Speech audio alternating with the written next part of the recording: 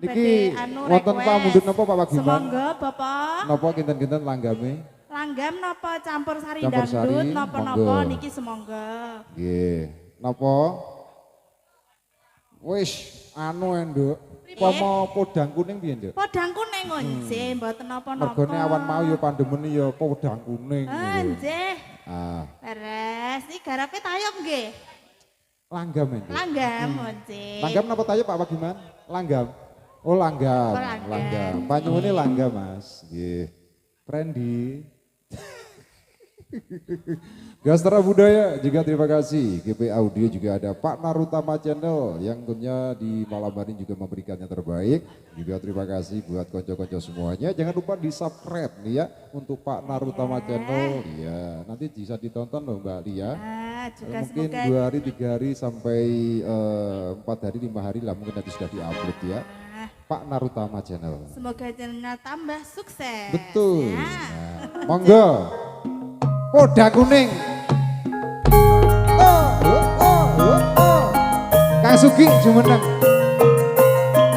Iki mau kanca-kanca latihan sabar bar iki ya, Bos.